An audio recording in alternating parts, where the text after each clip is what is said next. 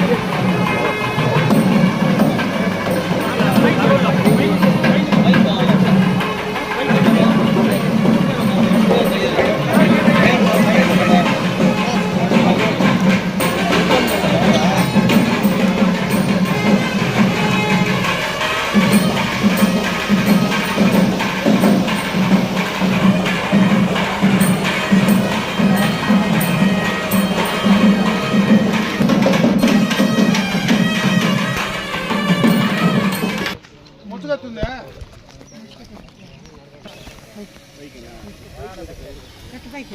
కట్టుపైకి కింద ఏం చూస్తావు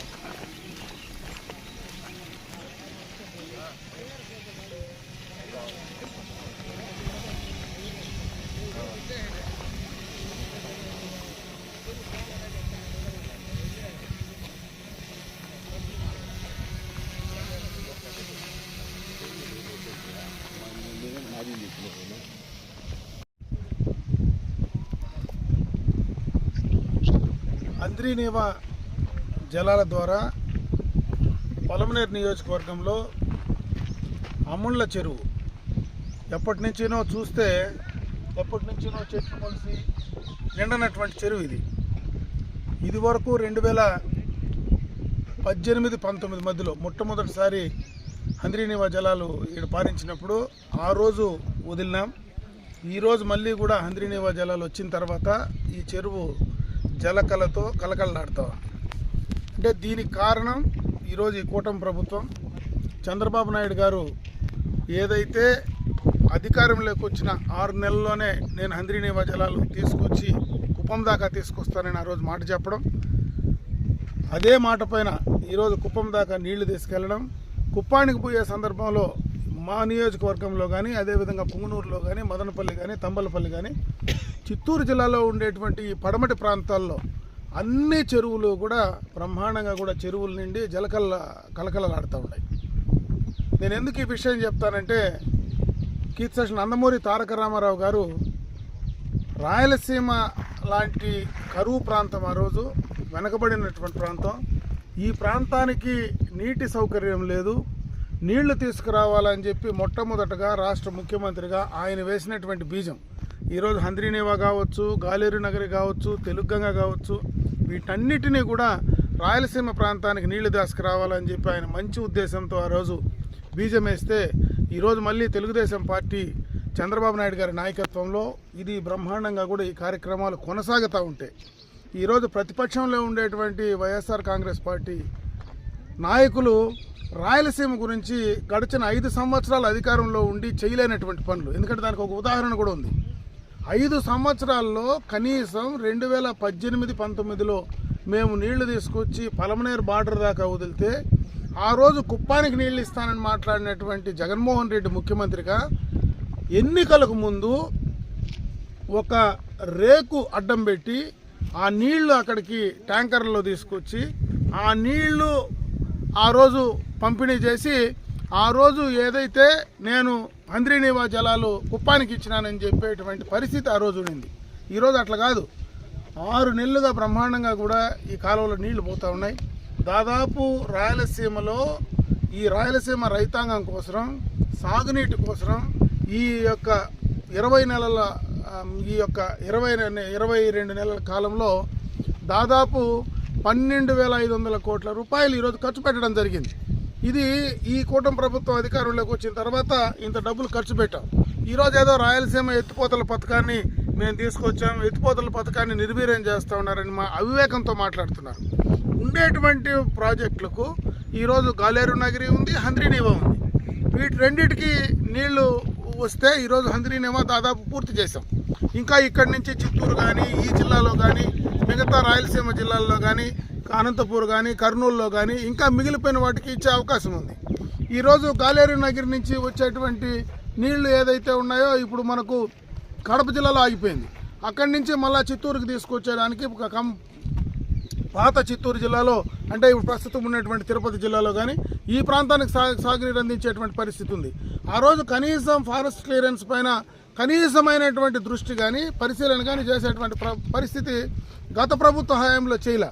ఈరోజు దాన్ని కూడా పూర్తి చేస్తూ ఉన్నాం. అదేవిధంగా హంద్రీనీవాను గాలేరు నగర్ని రెండు కూడా కలిపి మళ్ళీ ఈరోజు చిత్తూరు జిల్లాలో పడమటి ప్రాంతాల్లోకి కూడా నీళ్లు తీసుకొచ్చేటువంటి ప్రయత్నం ఈరోజు ఈ ప్రభుత్వం చంద్రబాబు నాయుడు గారు చేస్తూ ఉన్నారు. పూర్తిగా కూడా దుష్ప్రచారం చేసి ఏదో రాయలసీమకు వాళ్ళు ఒరగబెట్టినట్టు ఈరోజు తెలుగుదేశం అధికారంలోకి రాక మునుపు వీళ్ళేదో చేసినట్టు ఆ యొక్క వైసీపీ అధికారంలో జగన్మోహన్ రెడ్డి గారు ఏదో రాయలసీమ ఎత్తిపోతల పథకాన్ని పెడితే దాన్ని ఈరోజు నిర్వీర్యం చేసినటువంటి చెప్పేటువంటి మాటలు ఈరోజు పత్రికల్లో చూస్తూ ఉన్నాం. అవన్నీ కరెక్ట్ కాదు. ఖచ్చితంగా తెలుగుదేశం పార్టీ ఆవిర్భావంలోనే రాయలసీమ ప్రాంతానికి నీళ్లు ఇవ్వాలని మా అధినాయకుడు కీర్తిశేషులు నందమూరి తారక రామారావు గారు ఏ రోజు బీజం వేశారో దాన్ని పూర్తి చేస్తూ ఉన్నాం. ఖచ్చితంగా ఈరోజు గోదావరి నుంచి దాదాపు 3000 టీఎంసీలు సముద్రంలో కలిసిపోతూ ఉన్నాయి. దాంట్లో 200 టీఎంసీలు తీసుకొని వాడుకొని దాని ద్వారా రాయలసీమకు నీళ్ళు ఇచ్చి ఆ రాయలసీమ ద్వారా ఈ యొక్క రాయలసీమ జిల్లాల మొత్తానికి కూడా నీళ్ళు ఇచ్చేటువంటి కార్యక్రమాన్ని ఈరోజు తీసుకుంటున్నాం. ఓ పక్క పోలవరాన్ని కంప్లీట్ చేస్తూ ఉన్నాం. పోలవరాన్ని కంప్లీట్ చేస్తే ఆటోమేటిక్గా రాయలసీమకు కృష్ణా జలాలను వాడుకునేదానికి అవకాశాలు ఉంటాయి.